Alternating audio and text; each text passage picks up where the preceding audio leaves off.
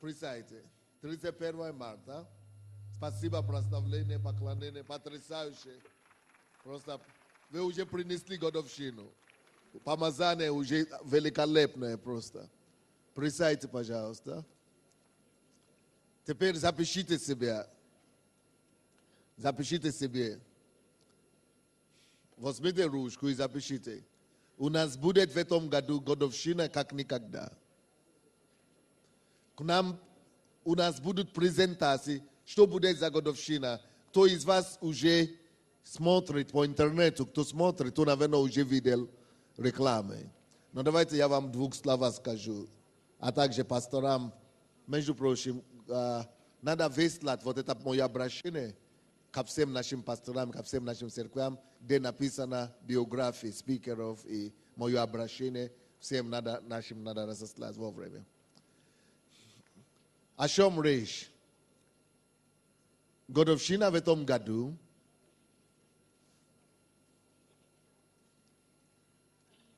будет комбинация двух вещей.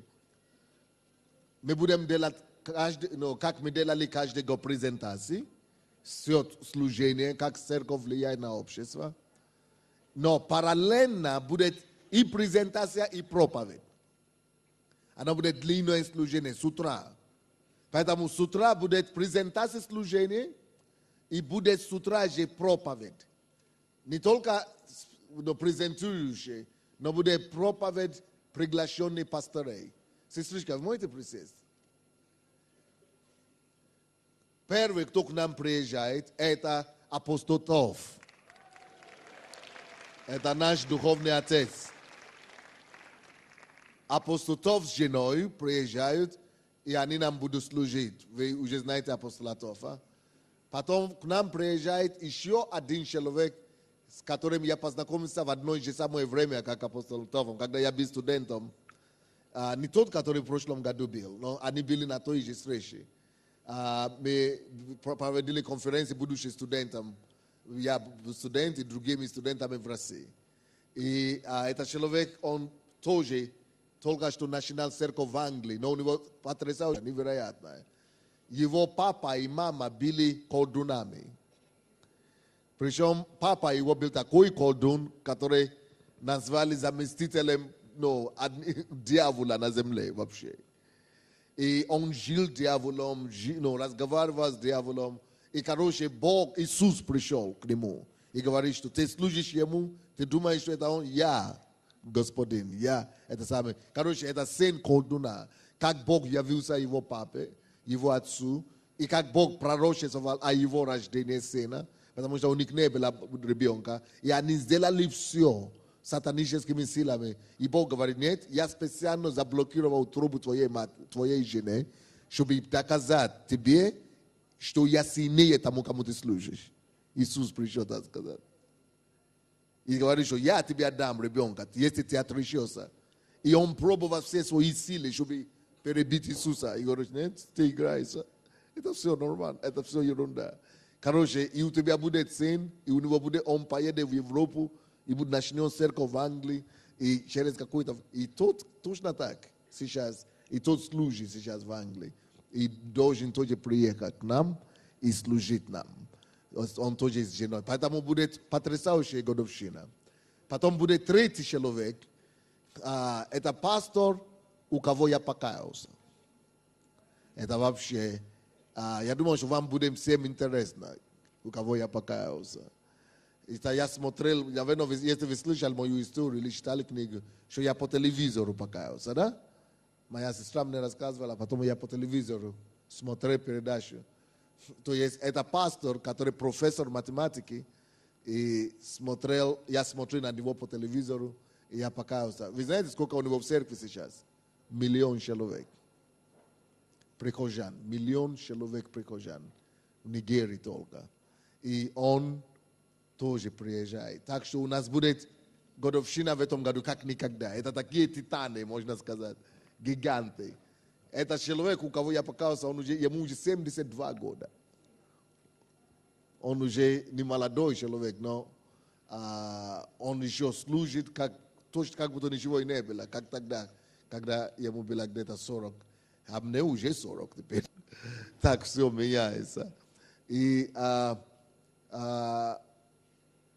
моя просьба, чтобы вы, может быть, даже не надо неверующих особо приглашать, потому что чтобы у нас не было проблема с залом. Хотя бы наших пригласите, верующие наши, в домашней группе, братьев и сестер, чтобы они не пропустили, потому что это благословение для всех нас было приготовлено. Это большие суммы деньги будут затрачены, чтобы только билеты им все покупать, чтобы они приехали, чтобы наши люди могли вкусить что-то новое, что-то оригинальное. Это ради вас, прежде всего. Поэтому мы не хотим, чтобы это было для неверующих. Это для нас верующих, это для наших людей, это для посольства Божьего прежде всего. Я не знаю, как в этом году, будет ли регистрация или нет. Будет регистрация бесплатно или платно? Как в прошлом году. Это сколько стоит? 25 гривен каждому человеку. Но пожилым мы делаем бесплатно. Вот пенсионерам бесплатно, и кому бесплатно еще? И детям до 14 лет бесплатно. Вот. Остальным 25 гривен за одно служение. За одно служение. За один день, понял, за один день, да. За целый день. Это значит, сколько служений? 4 служения за целый день. И за 7 дней, 4 дня 70, да? За 4 дня 70 гривен. Но это просто символически. Это символически, чтобы не все подряд. Потому что если мы не будем какую-то сумму ставить, тогда у нас будет кризис здесь. У нас только будет для тех, которые ценят, которые хотят что-то. Потому что это один из способов, как мы можем уменьшить поток людей. Потому что люди все наши еще приедут со всей Украины и так далее. Но вы, раз вы в Киеве и возле Киева, у вас есть преимущество попасть прежде всего. Но мы не хотим, чтобы люди из других церквей заняли ваше место. И мы не хотим, чтобы гости. Уже на сегодняшний день больше 100 гостей из 30 стран готовятся приехать. Поэтому они тоже займут ваши места, но они платят не 20 гривен, не 25 гривен, они платят по $2000, чтобы сюда только попасть и за все остальное. Поэтому и вы, которые это все принадлежит, вы воспользуетесь этим шансом, этой возможностью. Хорошо, значит, когда у нас будет годовщина? С 9 утра, да? Но нужно быть здесь пол-10. Пол-10 утра нужно каждый день здесь быть. Пол-10 утра. Пол-10 утра нужно, чтобы все мы собрались. Пол-10 утра. Так что вы договоритесь на работе, попросите разрешения, особенно на 2 дня. Потому что не все эти проповедники будут до конца. Многие из них будут только первый день, первое служение с утра, и пятницу тоже с утра. Многие будут только пятницу, кто-то из них будет пятницу и четверг только. Так что вы именно постарайтесь попасть на четверг и пятницу. Четверг и пятницу. А для всех служителей, пасторей и социальных служителей у нас будет конгресс 30-го. Это во вторник, да? Среда получается. 30 марта будет у нас конгресс посольства Божьего. Тоже пол-10 утра. Всем служителям, всем пасторам, всем социальным служителям, всем лидерам, которые ведут служение. Все служители посольства Божьего собираются раз в год у нас такой конгресс. И очень важно, чтобы вы, если вы служитель нашей церкви, полный служитель, и вы считаете себя служителем этой церкви, мы собираемся раз в году. 30 число будет это собрание. Давайте поприветствуем Александра, и мы будем слушать тезисы. Возьмите ваши тезисы, пожалуйста.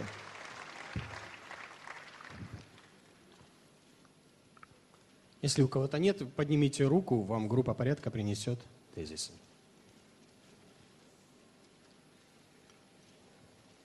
Служение помазания. Тема. Бог порядка и ответственности. Месяц март в нашей церкви проходит под названием «Мой пастор, мой лидер». И сегодня я хочу говорить на тему «Бог порядка и ответственности». Книга Исход, 39 глава, с 42 по 43 стих. «Как повелел Господь Моисею, так и сделали сыны Израилевы все сии работы. И увидел Моисей всю работу, и вот они сделали ее. Как повелел Господь, так и сделали. И благословил их Моисей». Удивительно, как ярко раскрывает данное место Писания тот факт, что Бог есть Бог порядка и контроля. Зная натуру и природу людей, Бог понимает, что без системы контроля никакое дело не состоится. Всякая идея, всякий план исходит от Господа. И глава 39 книги Исход раскрывает, как Бог передал свой план в руки Моисея. В свою очередь Моисей поручил эту работу сынам Израилевым. Моисею была открыта возможность порядка и контроля. И увидел Моисей всю работу. Мы видим, что он проверял выполнение своего поручения. Благодаря тому, что Моисей наладил жесткую систему контроля, он смог взять ответственность за Божье намерение и осуществить его. И вот они сделали ее. Как повелел Господь, так и сделали. И благословил их Моисей. Стих 43. Как видим, система контроля позволяет достичь идеального результата и в итоге получить благословение. В послании к Коринфянам апостол Павел нам говорит о том, что Бог есть Бог порядка. Но зачастую мы пренебрегаем истиной, что совершенный Божий порядок возможен только там, где есть система контроля. Лично я долго не считал нужным контролировать людей или их работу, за что заплатил великую цену. Вспомните ситуацию с King's Capital. Я доверял всем, думал, что если люди верующие, то даже оскорбительно контролировать или проверять их работу. Но на самом деле, если есть доверие, должен быть контроль. Недаром народная мудрость гласит: доверяй, проверяй. Во второй книге Паралипоменон, в 34 главе, описана история восстановления стен Божьего храма. Люди сии действовали честно. При работе и для надзора над ними поставлены были и Ахав, и Авадия. Стих 12. Обратите внимание, что людям удавалось исполнять работу честно, правильно, потому что над ними осуществлялся надзор. Не осуществляя эту систему контроля, мы тем самым открываем людям дверь для искушения, нечестности и обмана. Но когда люди знают, что их работа контролируется, тогда дело совершается со всей ответственностью, правильно, честно и истинно. Они же были приставниками над носильщиками и наблюдали над всеми работниками при каждой работе. Стих 13. Бог приставил к ним стражей порядка, которые всегда смотрели и наблюдали за выполнением любой работы, порученной Господом. И не случайно, друзья мои, Бог создал пятикратное служение. Согласно посланию к Ефесянам, 4 главе, с 11 по 12 стих, Он поставил одних апостолами, других пророками, иных евангелистами, иных пасторами и учителями, еще кого-то лидерами. Руководство в церкви создано Богом, чтобы осуществлять контроль и надзор над Его делами на земле, продвигать Его царство. Давайте будем относиться к нашим пасторам с пониманием, должным уважением и почтением. Пасторы, лидеры – это те люди, которые должны дать отчет перед Богом за исполнение Божьих поручений. А это невозможно без системы контроля. Этому качеству нам еще нужно учиться. Раньше я строил посольство Божье по другому принципу. Главное – научить людей, вдохновить их что-то делать, а там пусть каждый делает, как понимает или как хочет. Но на самом деле в этом кроется определенная безответственность. Недостаточно открыть людям истину и побуждать их что-то делать. Важно проверить, как они двинулись к исполнению услышанного. Из-за недостаточного контроля дьявол смог сильно атаковать посольство Божье во время всех кризисов, особенно финансового. Дело финансов всех, без отбора, потому что думал, что все хотят прославить Бога в этом направлении своей жизни.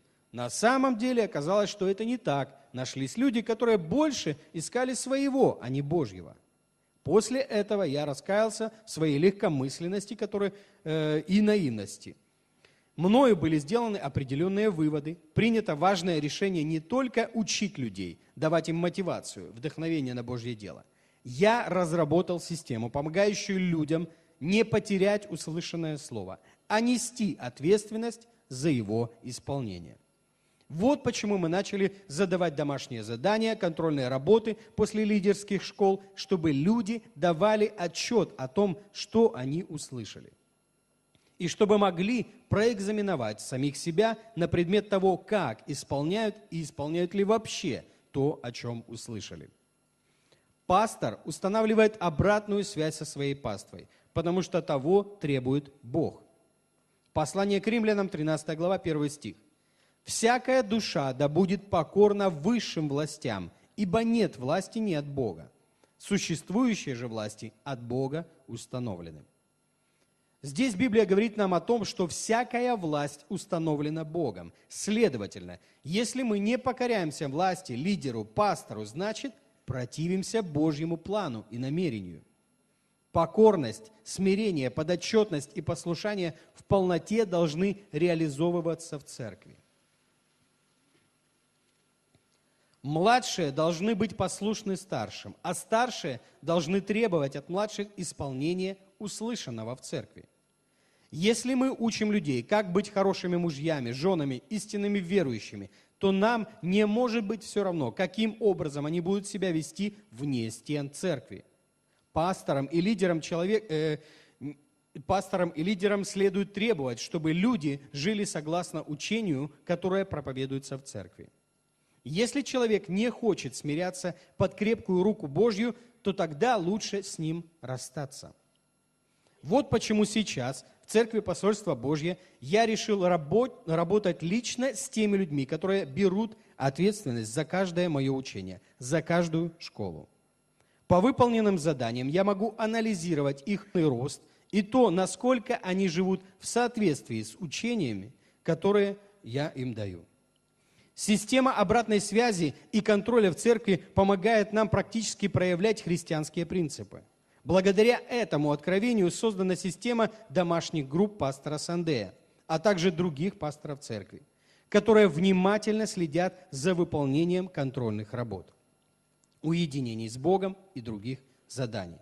Чтобы удержаться в домашней группе пастора, необходимо быть не забывчивым слушателем, но ответственным делателем. Важным фактором в становлении истинного христианина является послушание. Удивительно, но и сам Иисус, хотя Он и Сын, однако страданиями навык к послушанию. Послание к Евреям 5:8. Даже Иисусу для того, чтобы стать тем, кем Он стал, необходимо было развить навык послушания. Приобретение навыка зачастую процесс нелегкий, болезненный, неприятный, но необходимый. Бог не может осуществить свою волю через человека, не имеющего смирения и послушания. Книга Иисус Навин, 11 глава, 15 стих. «Как повелел Господь Моисею, рабу своему, так Моисей заповедал Иисусу, а Иисус так и сделал, не отступил ни от одного слова во всем, что повелел Господь Моисею». Здесь мы видим 3 уровня системы контроля. Первый. Бог дал задание Моисею, которому придется отчитываться за его исполнение. Второй. Моисей, в свою очередь, передает это задание Иисусу Навину и тоже контролирует своего ученика. Третий. Иисус Навин уже работает с людьми и осуществляет надзор над тем, что они делают. Только благодаря такой системе контроля и порядка можно получить прогнозируемый результат. Жизнь предсказуема, когда есть система контроля. Я учу о системе контроля в месяц, мой пастор, мой лидер. для того, чтобы мы научились правильно реагировать на требования наших лидеров, пасторов и подтверждали свое послушание соответствующими делами.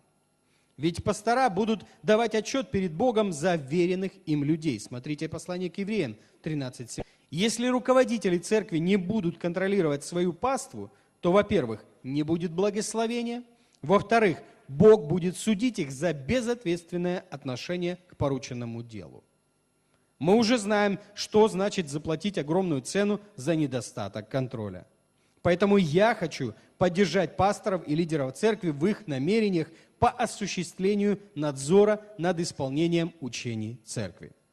А также хочу поощрить членов церкви идти навстречу требованиям, которые предъявляют к ним пастора, систематически давать отчеты по заданиям, с радостью исполнять поручения и так далее, осознавая, что это непосредственная ответственность и обязанность руководства проверять, для того, чтобы вовремя исправить, правильно направить, помочь дойти до небесного Иерусалима. В этом месяце мой пастор, мой лидер, нам нужно понять, что послушание пастору, система порядка и контроля – это христианская система руководства. Я молюсь, чтобы все мы могли не только сами быть послушными высшей власти, но смогли стать теми людьми, через которых Господь сможет осуществить свою волю на земле. Бог будет доверять только кротким, смиренным, тем, кто находится под контролем, и тем, кто способен осуществлять контроль над выполнением работ, порученных им Господом.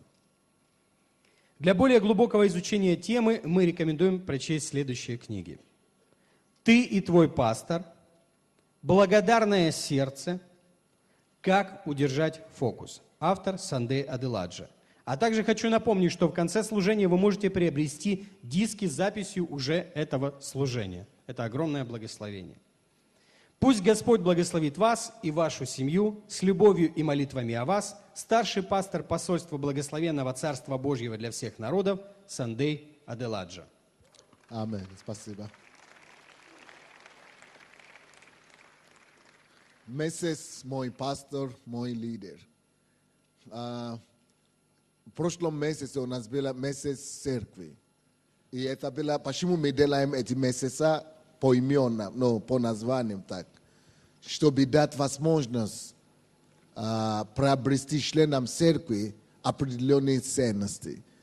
Мы целый месяц проповедовали о церкви прошлый месяц, чтобы люди в церкви могли начинать ценить церковь. Допустим, вчера у меня был разговор с некоторыми пасторами, и они мне говорили, что люди, в особенности те, которые входят в домашнюю группу пастора Сандей, что многие из них перестали ходить на богослужение вообще. Не то, что они в уединении, а просто они уже не считают это нужно к своим церквям.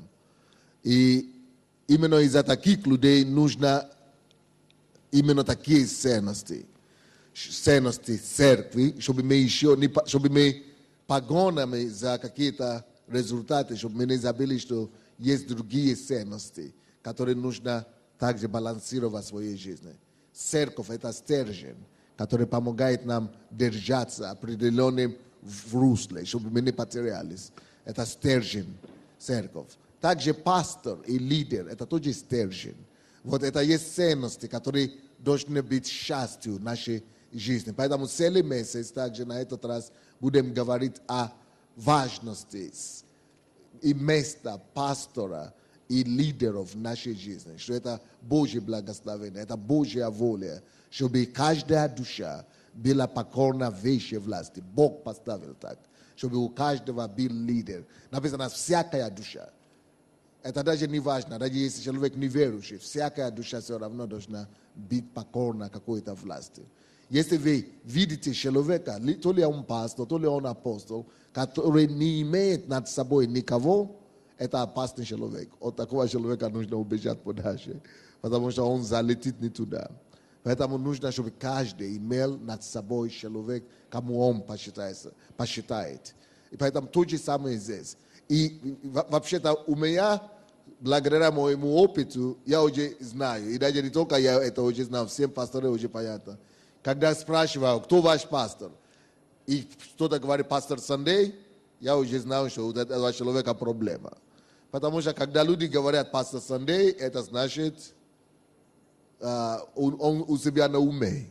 То есть это люди, которые нигде. Но Пастор Сандей же и в Китае их пастор, и в Сомали их пастор. Это люди, которые абстракции находятся, что Пастор Сандей наш пастор. Но мы знаем, что в нашей церкви у каждого есть свой пастор на самом деле.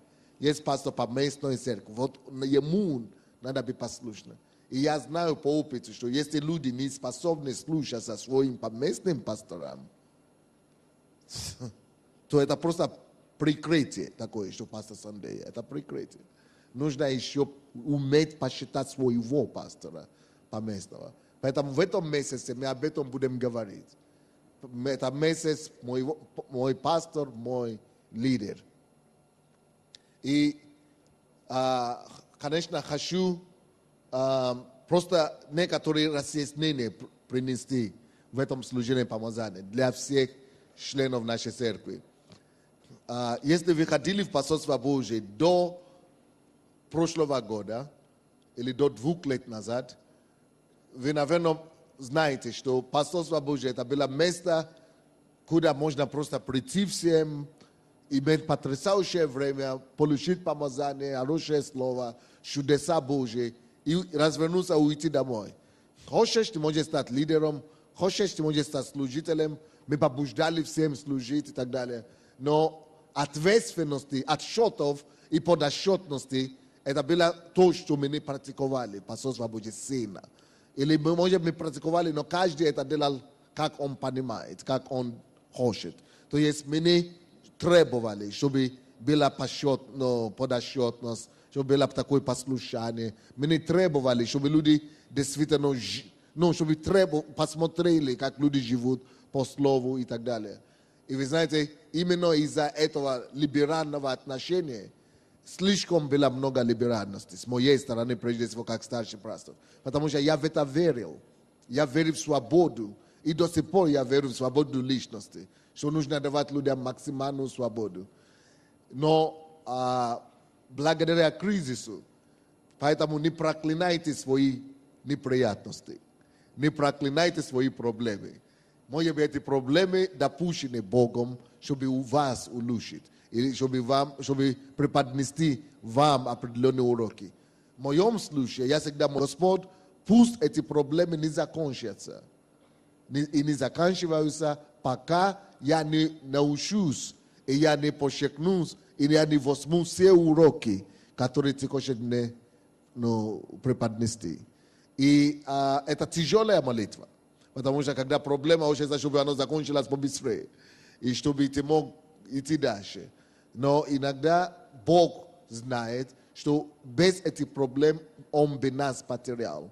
Без этих неприятностей мы бы не постигли некоторые вещи, которые Он бы хотел нас научить. Поэтому в моем случае я понял для себя, что мои все неприятности и проблемы, они идут к лучшему для меня. Они содействуют к благу, как написано в Библии. И одно из блага, которое пришло к нам всем, благодаря кризисам и неприятностям, которые пришли в нашу церковь, это то, что я понял, что недостаточно только считать проповедь. Недостаточно просто побуждать людей что-то делать и на самоток это все оставить. Недостаточно просто вдохновлять людей и оставить их сами по себе. И я вообще не особое внимание обращал на такое местописание, которое мы читали сегодня. Но я думал, если человек порядочный сам по себе, он будет подотчетный. Я думал, если человек нечего скрывать, если человеку нечего скрывать, он будет... Потому что я по себе, мы часто по себе судим всех, а люди действительно разные. И я думал, нечего мне скрывать, пожалуйста, всем, давайте. Но на самом деле, некоторые люди, они слабые, и люди нуждаются, чтобы все равно следили за ними, чтобы все равно контролировали их. Не все способны себя контролировать. Это один из жесточайших уроков, уроков, которые я для себя подчеркнул благодаря кризису. И именно благодаря этому уроку и кризису я пришел к выводу, что 95%, может 98% церкви не работает над собой, к сожалению, над словом, после того, как они уходят. Может быть, читаем Библию как-то, но мало кто работает над собой, кто трудится над словом. Мало кто получает слово, проповедь и слышит его, конспектирует его, но идет в единение с этим словом, работает, чтобы это слово стало его плотью. Наши люди этим не занимаются. Просто приходят на служение и думают, что они отдали дан Богу, и что это достаточно, чтобы жить по этому слову. Это не так, к сожалению. И чтобы это стало так, нам нужно начинать следить за людьми, помогать им, быть подотчетными, чтобы они могли жить по этому слову. И я год целый, или 1,5 года уже, работаю в этом русле именно с моими пасторами, особенно те, которые входят в апостольский совет и так далее, и домашние группы. Я, конечно, кто меня знает, особенно жена, наверное, скажет, что я вообще-то человек такой, максималист всегда, да? Человек крайности, можно так сказать. Если что-то до меня дошло, особенно если я знаю, что это от Бога, все. Мне не надо говорить второй раз. Я срываюсь, и это уже надо сюда будет, чтобы меня остановить. То есть я довожу это дело до того, что до логического конца, до такой конца, что все почувствуют на себе, короче, что какое новое откровение пастор получил.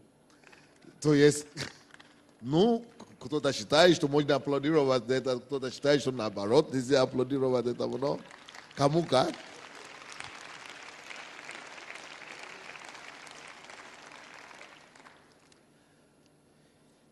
Но, может быть, в этом есть плюс, может быть, в этом есть минус, но суть в том, что вы должны знать о своем пасторе.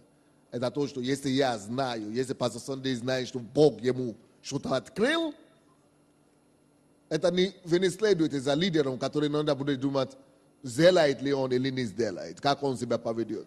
Если пастор Сандей понимает, что Бог ему что-то говорит, даже сам Бог может идти, потому что это дело будет сделано. Ему не надо будет переживать об этом вообще. И будет так сделано, что сам Бог придет и скажет, ну даешь. Я даже не знаю, что можно вот так сделать. То есть это вот такой радикализм есть, да?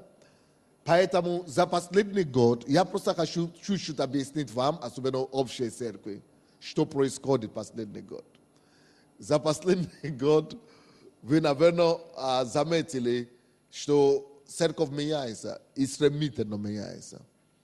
И это из-за того, что статистику мы провели, что из-за отсутствия контроля, системы контроля, из-за того, что мы давали все на самоток, то мы просто считаем, побуждаем людей, кто хочет, что делает.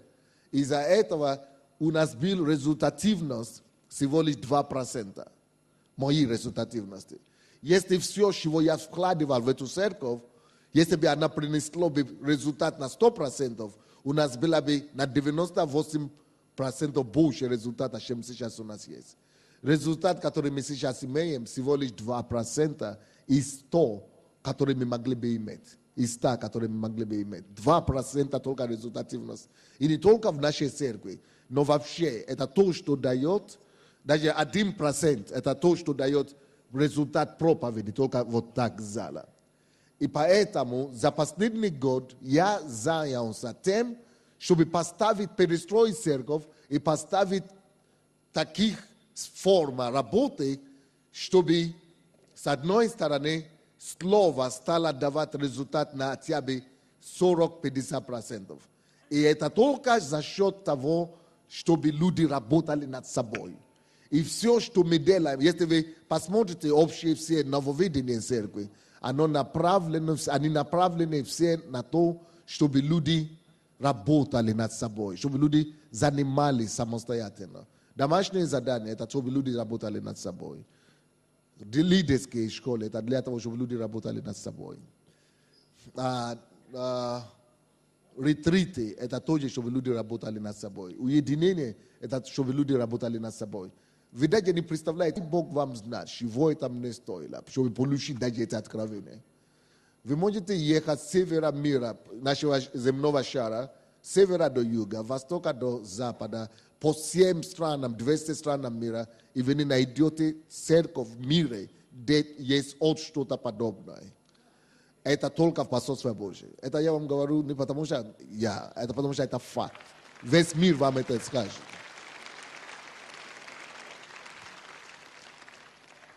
И в этом месяце к нам приедут человек 100-150, которые приезжают только на ретрит. И платят по 2-3 тысячи долларов, чтобы сюда попасть. Они оставляют работы, оставляют свой бизнес, оставляют свои семьи, только чтобы учиться этим нововведением, которое мы с вами здесь даже не хотим идти получать.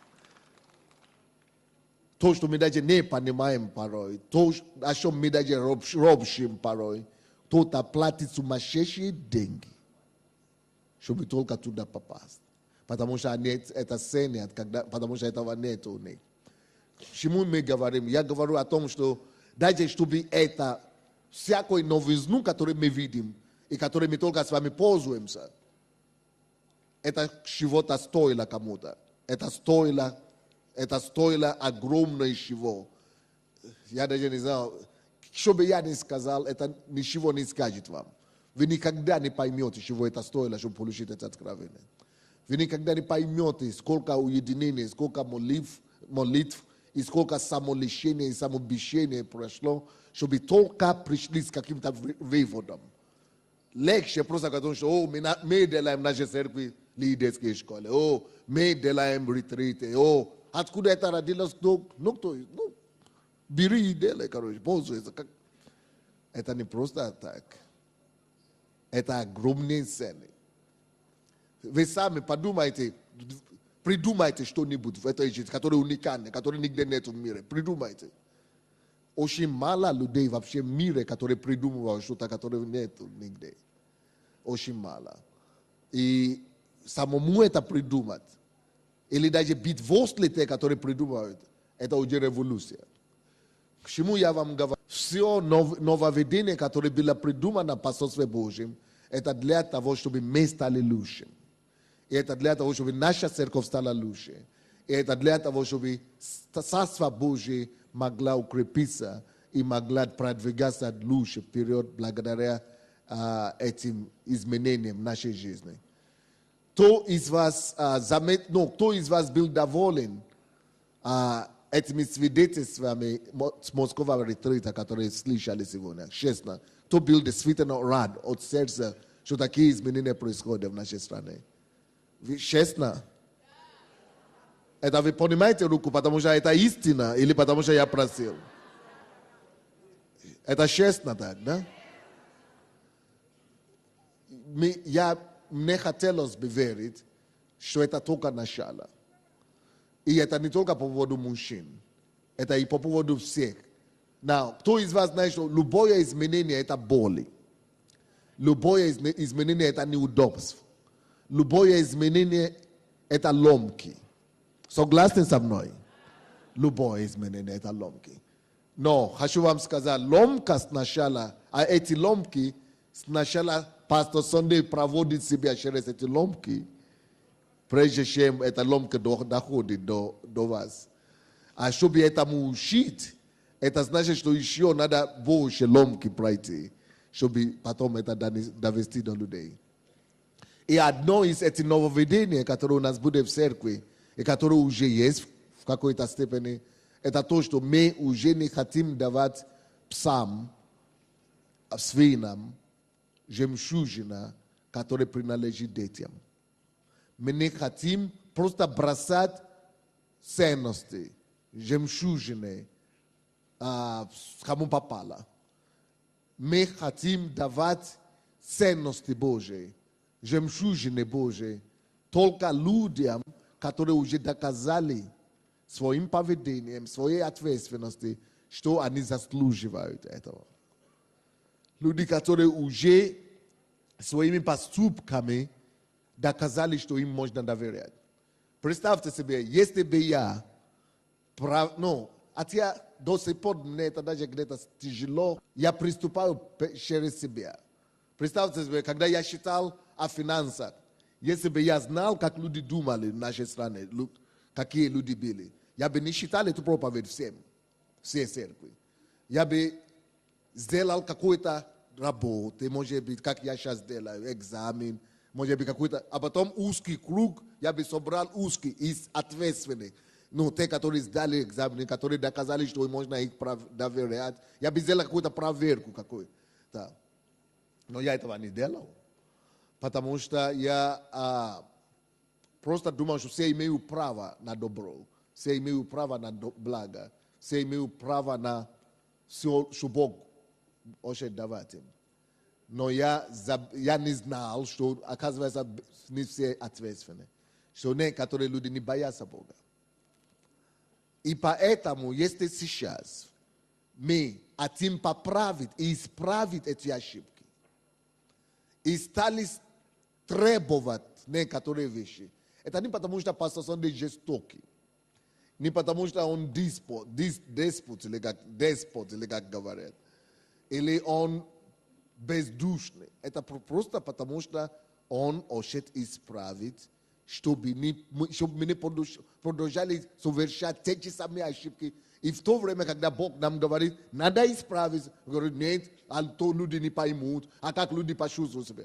Тогда мы, получается, мы станем человека угодниками, а не Бога угодниками. Это значит, что мы не учимся на своих ошибках.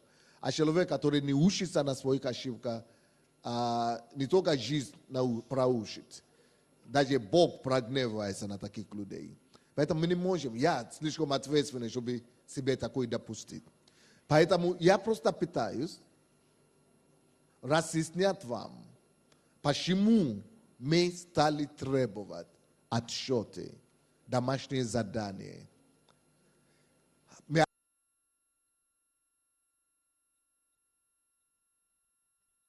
Дал в церкви классы, классовые отношения, да? Кто-то попал, пастор, на группу, а остальные не попал, кто-то достоин, кто-то не достоин, кто-то на ретрите, кто-то нет, кто-то то. Нет этого. Библия всегда дает каждому по заслуге, кто как заслужил. Иисус даже так работал. Сначала Иисус проповедовал всем подряд, дал толпе. Потом из толпы этой он выбрал себе 12 учеников. Сначала 70. Но сначала он выбрал 12, потом увеличил до 70. Потом из 70 мы видим где-то уже 50, 120. Но даже из этих 12 мы видим, что у него были 3, которые он брал с собой еще куда-то. Потом 12, 70, 120. То есть разные категории людей. То по возможности. Пускай каждый решает, где он будет. А как он решит? По его мере ответственности. Каждый решает по той объем работы, который он делает. Конечно, кому-то мы доверяем больше, потому что они проверили, они доказали свою верность в чем-то другом. Но чтобы вы просто поняли, что происходит в церкви. Если всем давать подряд, допустим, как раньше, я всем давал возможность, вы помните, да? Кто хочет свидетельствовать, выходите на сцену, все свидетельствовали, и все выдавали свои приложения, бизнесовые, дела свои. Свобода была такая у нас, реклама, все было. Потому что это было сердце пастора Сандей. Всем помочь, пускай все состоятся, пускай все используют нас, используют меня, мой труд, церковь, пускай все используют только ради Христа. Оказывается, не все так думали ради Христа. Это мы думаем, что все будут Бога прославлять. Оказывается, у людей есть еще мысли, кроме Христовой мысли. И это реальность жизнь, которую нужно будет иметь делать. Поэтому сейчас мы так уже не делаем. Сейчас мы хотим сначала проверять человека, чтобы человек доказал, что ему можно доверить чему-то больше. Или его можно пригласить на сцену, ему можно дать микрофон, прежде чем это сделать. Это, конечно, уже не то, что было, где все можно. По сути, все можно. Сейчас все можно. Но после того, как ты докажешь свою ответственность, что тебе можно доверять твоим образом жизни, твоим отношениями, твоими делами. И это согласно Библии. В этом местописании Бог даже так, мы видим, что даже сам Бог так поступает. Исход, который мы читали, да? Первое местописание там, 39 глава. Как повелел Господь Моисею, так и сделали сыны Израилевы. То есть, кому Бог повелел? Сыны Израилевы или Моисею? Не слышу. А кто это выполнил? А? Сыны Израилевы. А повелел кому Бог? А кто сделал? Не слышу. Сыны Израилевы. Дети израильские дети. Что это? Порядок. Бог напрямую не повелел детям Израилевым. Он повелел одному человеку. И представьте себе, какой порядок должен был быть. Какой порядок, чтобы дети Израилевы, сыны Израилевы могли с точностью сделать то, о чем они не слышали. Непосредственно с уст Бога. Они не слышали с уст Бога. Они не слышали это вообще, что Бог говорит. Бог так сказал или нет. Но они сделали точности. Как можно было сделать точности? Благодаря тому, что Моисей поставил такую систему подотчетности. Такую систему подчинения, что он мог проследить. И даже сам Бог засвидетельствовал тому, что все было сделано, причем точности. Точности. Точности. И я понял, что я каялся перед Богом, говорю, все понял, дошло. Это 2 года были очень серьезные, 2 года для меня лично. Мне нелегко переступить себе, чтобы начать требовать, что если вы не напишите ретрит, на работу, я вас не возьму на ретрит. У меня натура совсем другая, если кто меня знает. Особенно те, кто были раньше. У меня натура такая, обними все, подними все, давайте все, сейчас. Вы даже не представляете, насколько мне тяжело сказать нет, нет. Я не могу, я не умею сказать нет, я совсем другой. Но я понял, что это больше вреда делает. Для этих людей и для всех нас, и для Царства Божьего. Лучше закрыть глаза, скрежить зубы и сказать, все равно напишите работу. Все равно на машине надо сделать. Все равно будет требовать. Все равно отправлять людей обратно. Очень тяжело. Но порядок. Потому что вы потом посмотрите, почему порядок нужен. Так и сделали сыны Израилевы все эти работы. И увидел Моисей всю работу. Что это обозначает? И увидел Моисей. Значит, он проверял. Вы поняли, да? И увидел Моисей. Они это сделали. Но несмотря на то, что они даже все сделали правильно, все равно Моисей посчитал нужным пойти и все равно проверять это все, проследить. Зачем? Они же все правильно делали. Все равно. Не имеет значения. Да, правильно сделали, но откуда я знал? Пока я не проверю, не поверю. То есть, верить значит проверять. Доверять значит проверять. Если бы он не пошел посмотреть, если бы он не пошел проверял, он бы не видел, что там творится. Но написано, он увидел, значит, он пошел проверять. Поэтому церковь, это в этом месяце мой пастор, мой лидер. Я хочу, чтобы вы поняли ваши пасторы правильно. Я хочу, чтобы вы поняли ваших лидеров правильно. Потому что они могут быть начнут просить у вас, чтобы вы ходили на лидерские, чтобы вы прошли, написали работы, чтобы вы прошли какие-то ретриты или мини-ретриты. Может быть, начнут у вас требовать, чтобы вы какие-то социальные служения сделали. Но, может быть, они вас начнут, более требовать, чтобы действительно вы доказывали что-то. Не думайте, что они, как я сказал, они диктаторы, или какое слово я говорю? Деспоты. Не думайте, что они деспоты от этого. Послушание – это не деспотизм. Подотчетность – это не есть жестокость. Это просто порядок. И если вам нечего скрывать, вам ничего не надо бояться. И Бог на Римлянам 13, каждая душа должна быть покорна Высшей власти. Это должно быть от радости. Это стандарт. Даже Иисус Христос покоряется Отцу, говорит.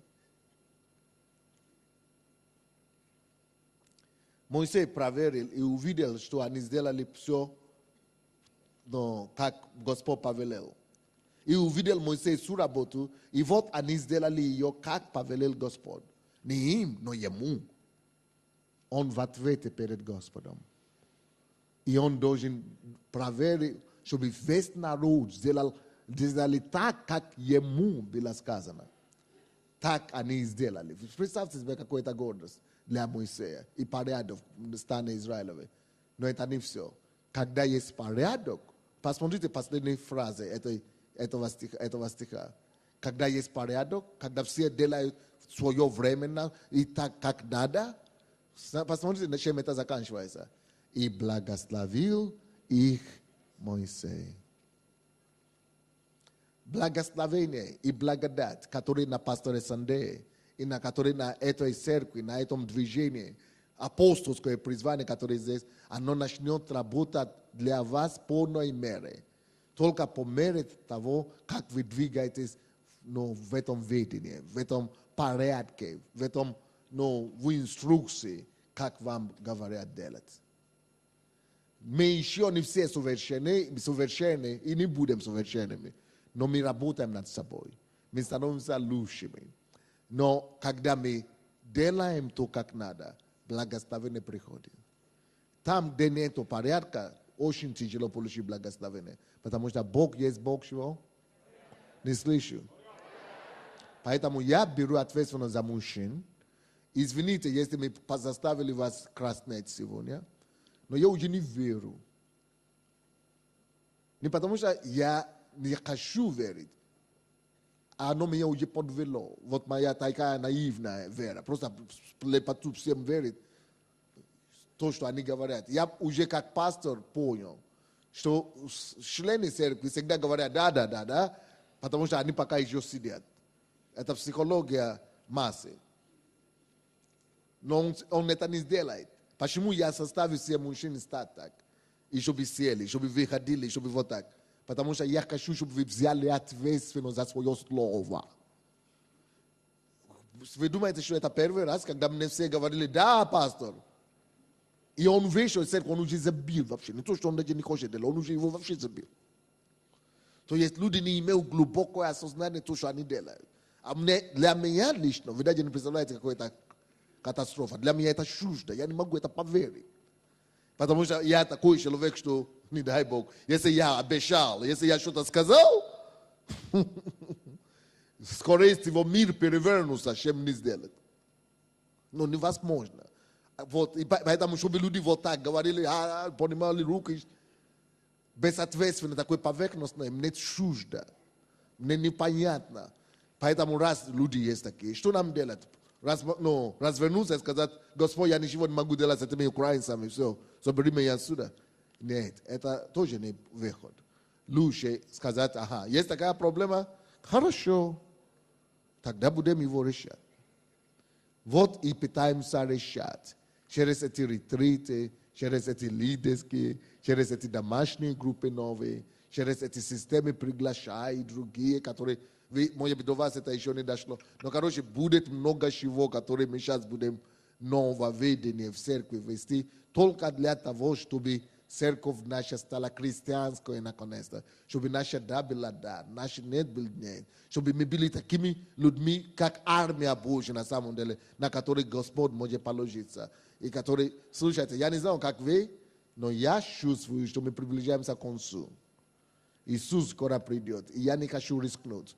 Я хочу, чтобы максимум людей с нашей церкви все равно были готовы к этому времени.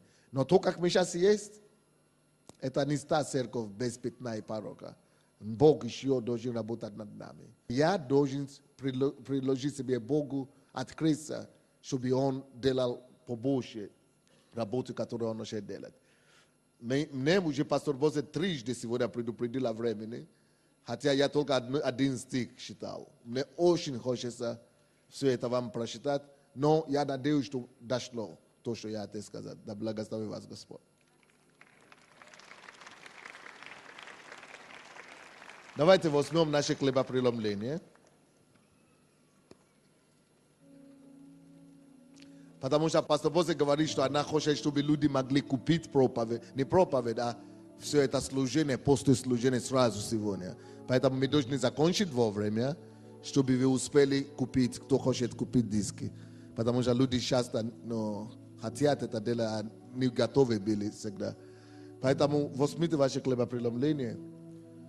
Но в принципе, вы не получили, да кто не получал? Ага, держите руки вот так. Группа порядка, пока давайте тогда принесите хлебопреломление туда, пока мы будем ждать, пока они принесут. Кто-нибудь из зала может мне рассказать, что пастор Санди пытается сказать? И в это время давайте мы пока сделаем пожертвование на строительство. Господь благослови, Господь, эти пожертвования и все строительства наши, которые мы готовимся. Благослови все, что мы дадим во имя Иисуса Христа. Аминь. Если кто-то, кто бы хотел мне рассказать, о чем пастор Санди пытается сказать нам сегодня. Подойдите, кто бы хотел поделиться с нами. Есть такие. Только брат наш, да? Как тебя зовут? Антон. Антон. Только Антон, да, понял? Значит, я понял, каждый есть... Бог создал такой организм человеческий. И этот человеческий организм, он создан по такому образу, что с системой контроля тоже. У кого бывало что-то болит? Бывало у кого-то что-то болит? Бывало. Это система контроля за нашим организмом, который Бог создал. Если у нас организм, он создан, в принципе, очень классно, то его все пытаются изучить его работу. Работает четко, но иногда проходят сбои. И эти сбои, они развиваются болью какой-то. Когда человек чувствует эту боль, он сразу же начинает ее ремонтировать. Или же идти, по-русски говорят, идти до врача. Правильно? Вот я что увидел, пастор Сандей, он попытался объяснить ту же самую систему, чтобы наш организм духовный, она росла и, как сказать, развивалась, она не умерла, должна вот это быть система контроля. Когда просто, если что-то проявляется, боль какая-то, то сразу же пастора, наши лидеры, они помогают устранить эту боль. В том смысле, что если человек начинает куда-то клонить неправильно, там, в грех начинает падать, то пастор, он предназначен для того, чтобы помочь этому человеку встать и возобновить это все, возобновить отношения с Богом, и чтобы он начал продолжать двигаться вперед. Спасибо большое. Добрый день, дорогая церковь, меня зовут Кристина. Но я хочу вообще поблагодарить пастыря за то, что действительно вот эта вот система контроля. То есть я лично, я буду говорить о себе, что лично для меня вот это то, что пастор все новое начал делать, контролировать все эти процессы. То есть благодаря этому, вот как вот все начались вот эти контрольные работы, все вот эти вот вещи, то есть я сегодня, можно сказать, на всех этих этапах, все контрольные работы, все ретриты, то есть все вот это вот, как бы я в этом двигаюсь и иду. Я очень сильно изменилась изнутри, я очень поменялась. У меня поменялось отношение к людям, у меня поменялось отношение к Богу. То есть, знаете, я думаю, что благодаря этому вообще, то есть, пастор, мы многие попадем на небо. Благодаря этим вот вещам, благодаря этому контролю. Вы знаете, я из церкви пастыря Леси, и есть люди, которые, возможно, может быть, не понимают. Есть даже в нашей церкви, есть люди, которые не понимают эти вещи. Вот, но я понимаю, что нужно продолжать помогать этим людям, толкать и выдавливать эти вещи. Потому что, на самом-то деле, вот мы говорили с пастором, что, говорю, пастор, все-таки, имеете ответственность перед Богом за этих людей, за каждого из нас. И я просто прошу вас, пастырь, меня двигайте, не знаю, там, прижимайте меня, но потому что благодаря этому, то есть я иду на небо, благодаря этому я исполняю призвание Божье, насколько это возможно. Поэтому, не обижайтесь на пастырей, если они вас где-то, мотивируют, придавливают, где-то, может быть, создают такие, знаете, условия, которые нам неудобны. Но благодаря этим условиям мы движемся вперед, друзья. Мы идем вперед, потому что, пастыря, почему? Они пастыря, не нас. Они любят нас, и пастор Сандей, он любит нас. И поэтому он вот это все создает для каждого из нас, чтобы мы высвободили этот внутренний потенциал. Поэтому большое спасибо вам, пастор, большое спасибо вам. И просто, вы выдавливаете, серьезно, не бойтесь. Что может быть, какая реакция будет. Какая бы у меня ни была реакция, но я знаю, благодаря этому я изнутри буду меняться. Спасибо. Ты даже лучше меня это сказал. Слушай, благодаря таким людям, как ты, наверное, или ради таких людей, такие пастора, как я и наши пастора, наверное, мы будем думать, что стоит, наверное, жертвовать, стоит платить эти цены, непонимание. Наверное, всем вам известно, что когда мы начали этого всего, я потерял почти пол команды моей вообще. То 5 человек из моей команды сразу восстали против этого, они не могли это понять. То есть, это для них была выше крыши. А в этом тут проявилась моя, опять же, наивность. Я думал, они говорят, мы не можем. Я думаю, нет, вы можете. То есть, у меня больше веры в них, чем даже у них в себе. Я говорю, нет, мы будем, получится у вас. Не будем. И не потому, что они плохие, но потому, что они не могут понять. Но важно, чтобы, если мы с вами приняли решение быть частью этой церкви, все-таки, важно, чтобы мы понимали, что мы пытаемся делать. И когда есть такие группы разные, не значит, что вы хуже, или кто-то хуже других. Это просто потому, что кто-то понял раньше, кто-то вошел в это новое. Но, в принципе, потом будет легче, когда мы все войдем и начнем уже двигаться. Это как поезд. Но чтобы разогреться и толкать с места, вот там проблема. А когда уже пойдет движение, оно уже будет легче. Спасибо, дорогая. Знаете, я хотел бы сказать, наверное, как пастор, потому что сейчас рассказывают люди, и вы знаете, сейчас вот сказала только что сестричка Кристина сказала, что пастор, толкайте. Вы знаете, я хочу сказать, как со стороны пастора. Пастора готовы на самом деле толкать каждого человека. Пастора полагают душу свою за каждого человека. Я на самом деле готов. Но знаете, у меня был такой разговор накануне, это не зря тоже, наверное, вчера утром. Разговаривал с одним братом, он из центральной церкви, вот он говорит, нужно делать то, так толкают, так замучили. Я задал ему вопрос простой, я говорю, слушай, а ты хочешь быть успешным? Он говорит, конечно хочу. А кто не хочет? Все хотят быть успешными. Я задаю второй вопрос, а как ты хочешь стать успешным? Как? Пусть меня научат, расскажут. Я говорю, вот тебя же и учат, тебя же, толкают. И ты тут же говоришь, толкайте меня с одной стороны, а с другой стороны говоришь, как меня уже замучили все эти толкания. И поверьте, каждый пастор это знает и слышит. И, знаете, я хочу сказать сегодня, пастор, то, что вы говорили сегодня, о том, что это должно стать системой. И я хочу сказать сегодня каждому члену церкви, послушайте, этот стих в исходе, книги Исход, заканчивается такими словами. В конце Моисей всех благословил. Вы знаете, в конце все будет хорошо. В конце придет благословение, но только оно приходит для тех, кто не просто просит вначале, чтобы их толкали и с ними работали, а те, кто вот на этом пути, поверьте, толкать пастору тоже очень тяжело. Потому что с одной стороны ты любишь человека, и с одной стороны ты желаешь ему по-настоящему добра. Но с другой стороны, поверьте, не все люди, которые говорят о том, что они хотят быть успешными, я уже это знаю как пастор, что не все, кто говорят, что они хотят быть успешными, они действительно этого хотят. Точнее как, они хотят стать успешными, но не очень хотят ими становиться. И поэтому я хочу просто ободрить сегодня то, что пастор сказал. Еще до кризиса я это не знал, в отличие от тебя. Я думал, что все хотят И это мое уже задание им помочь. Оказывается, что они только говорят хотят. Но когда нужно будет платить цену за это, они уже не хотят. Они хотят стать успешными, но не хотят ими становиться. Вот. И вы знаете, я хочу сказать, что как пастора, я знаю точно, каждый пастор здесь, он действительно хочет и полагает душу свою, и очень верит в то, что каждый человек, когда он говорит, что он хочет стать успешным, когда мне человек какой-то приходит и говорит, что я хочу стать успешным, вы не поверите, для меня это просто какой-то как переключатель. Я хоть думаю, все, я теперь для этого человека все сейчас сделаю, я хочу ему помочь.